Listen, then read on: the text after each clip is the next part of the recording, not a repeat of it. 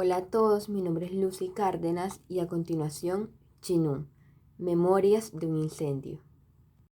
Antes de iniciar es necesario reconocer el marco o cuadro social en el que se desarrolla la historia, es decir, el espacio y el tiempo en el que se dieron los hechos.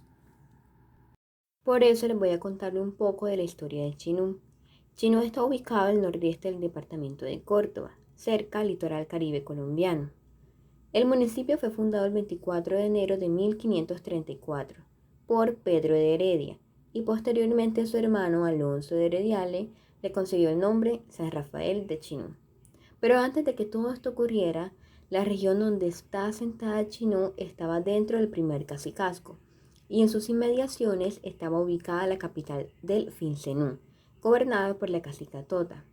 Según estudios, la capital, además de ser un gran centro político, también era un lugar religioso de alto nivel. Según esto ya podemos tener idea del nivel de arraigamiento que tenían los habitantes y su cultura y religión. También en la tercera imagen que ven acá, que es un mural hecho por Milton Otero, oriundo de Chinú, podemos observar en la esquina superior derecha un incendio. Y ese incendio es el objeto de estudio que voy a presentar a continuación. Como la mayoría de pueblos del Caribe, la historia de Chinú es antecedida por hechos reales que se cuentan de una forma mítica e incluso mágica. En marzo de 1957 sucedió uno de esos hechos. Se trata del incendio que dejó cerca de 300 casas hechas cenizas en los barrios Chambacú y Lavalomo del pequeño pueblo en crecimiento. Rubén Burgos Alvis, historiador, periodista y hasta hace algunos años también profesor, oriundo de Chinú, narró en su crónica Apuntes históricos de incendios en Chinú algunos detalles del incendio, lo que la memoria colectiva de sus ancestros y la memoria del pueblo reconoce como cierto.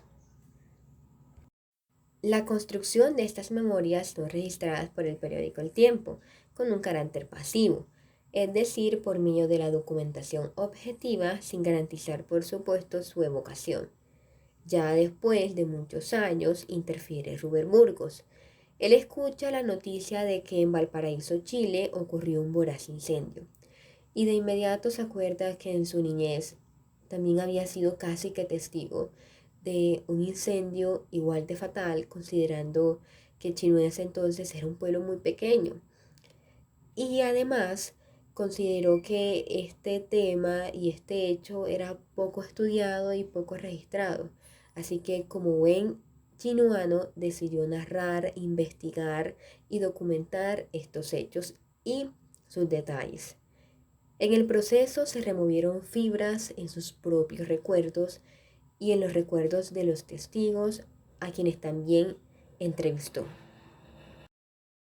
La transmisión de esta historia se da principalmente por medio de las experiencias, los recuerdos y los pensamientos de quienes dicen ser testigos y por supuesto por medio de un mediador que en este caso sería Rubén Burgos.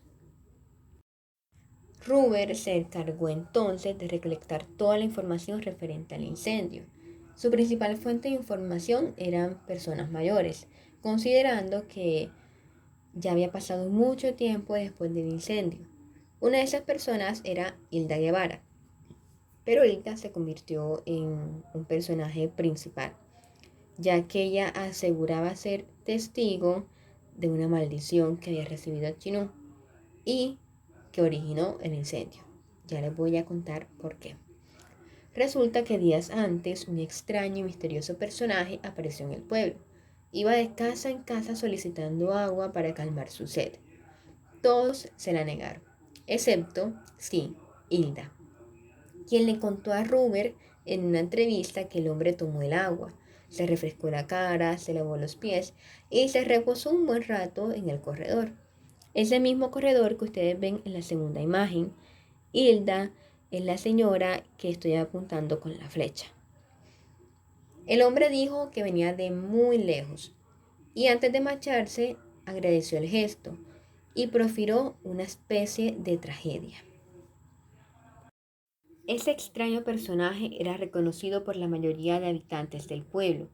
Se trataba del profeta Enoc, de quien se tiene registro fotográfico. Incluso en la presentación pueden observar una fotografía. Era un hombre de baja estatura, cabello largo, parecido indígena y calzado de abarcas. Había recorrido desde San Marcos, Sucre, hasta pueblos en Córdoba, solo para dar un mensaje, que hicieran el bien, que ayudaran al necesitado si querían salvar sus almas. Muchas personas afirmaron verlo y escucharlo. Cuando llegaron a Chinú, los chinuanos ya sabían y habían escuchado sobre el supuesto profeta y decidieron echarlo llevándolo a las afueras del pueblo. Este se dejó conducir sin oponer resistencia. Al llegar al punto donde se había planeado llevarlo, se detuvo, se dio media vuelta y dijo: «Son ustedes duros de corazón con quien vino a traer el bien y no el mal. Pero al ser recibido de esta manera negativa y cruel, sacudo el polvo de mis sandalias para no llevar nada de ustedes.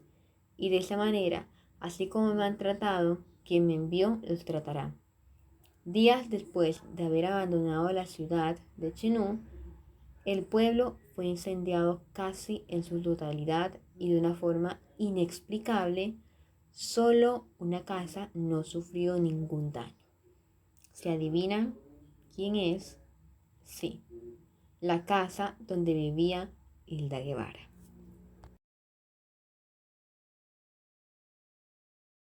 A partir de este relato se evidencia el poder de la memoria colectiva.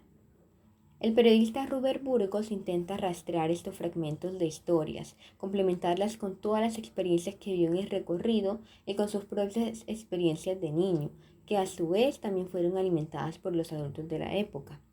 Es decir, muchas voces se unieron en el presente para interpretar y para resignificar el pasado.